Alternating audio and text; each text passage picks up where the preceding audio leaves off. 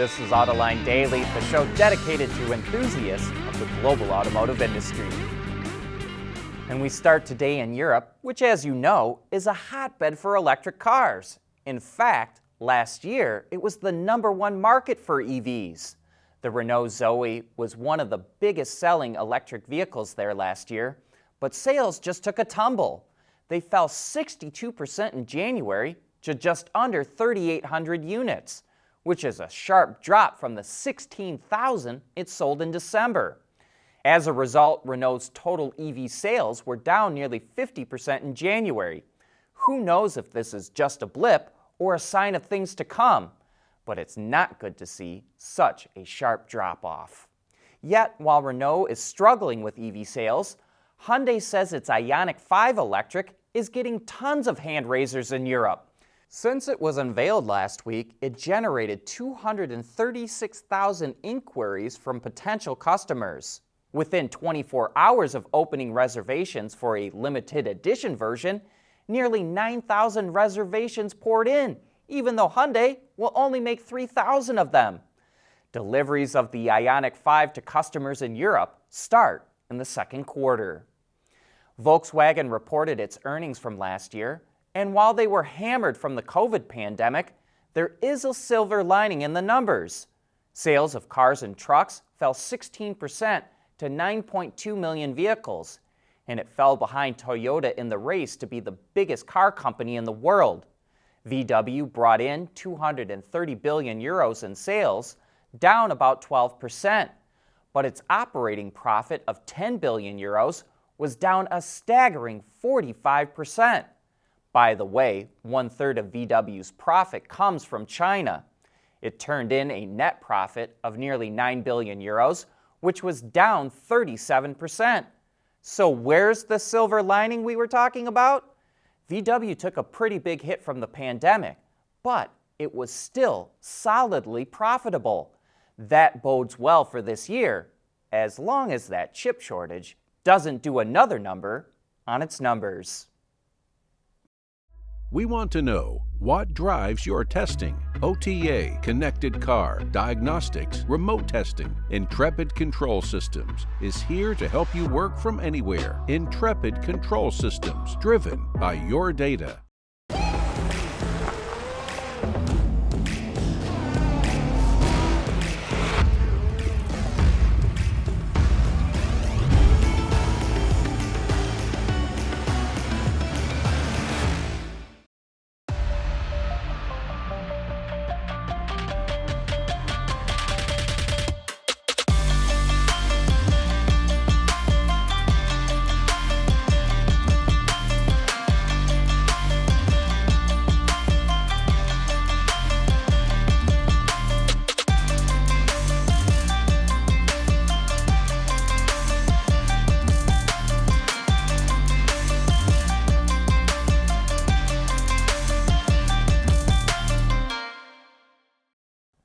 Swappable batteries for electric vehicles aren't a new idea, but instead of cars, Honda wants to use them in motorcycles.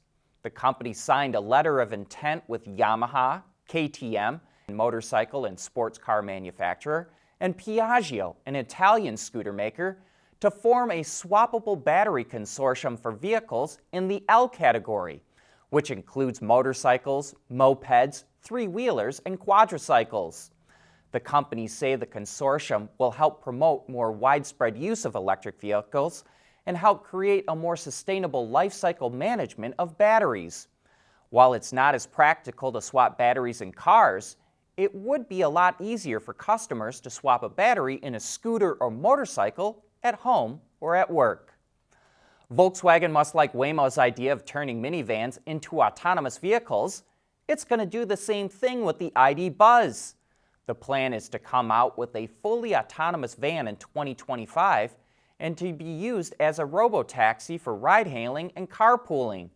And all that's going to be done with autonomous technology developed by Argo AI, the AV startup based in Pittsburgh that both VW and Ford invested in. VW sees commercial vehicles as the best place to launch autonomous technology, and the autonomous ID. Buzz and others to follow are being developed by its commercial vehicle division. Yet, Volkswagen is also forging ahead with an in-house effort to develop self-driving technology up to level 4. That's being done with its Car.Dot software organization, and those vehicles will be sold to regular customers. German supplier ZF is also getting in on the AV action. It's developing this autonomous shuttle called Rabus with level 4 technology. Top speed is about 25 miles an hour, and it can hold 22 people. The idea is to use it in urban routes, and it will be tested in Friedrichshafen and Mannheim in Germany. The automatic transmission may have been popularized in North America, but we're not letting manuals go away without a fight. And that's especially true of sporty cars like the Porsche 911 GT3.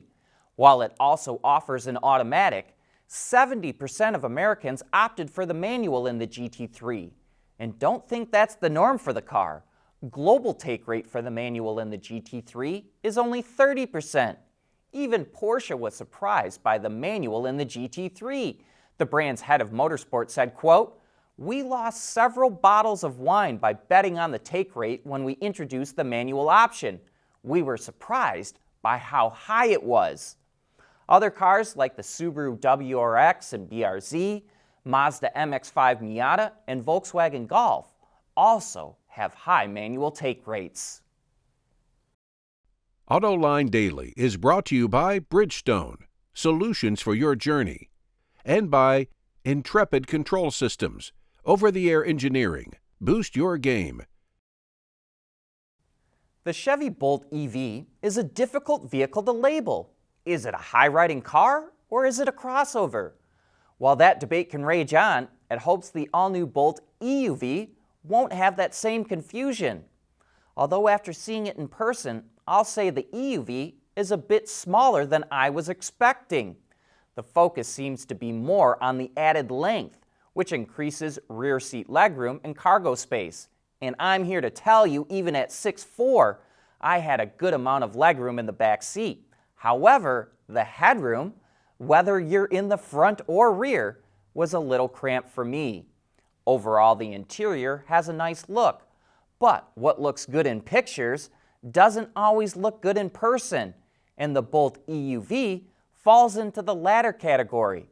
It's very plasticky, which I thought made it look cheap. Some better materials would make the interior feel much more inviting.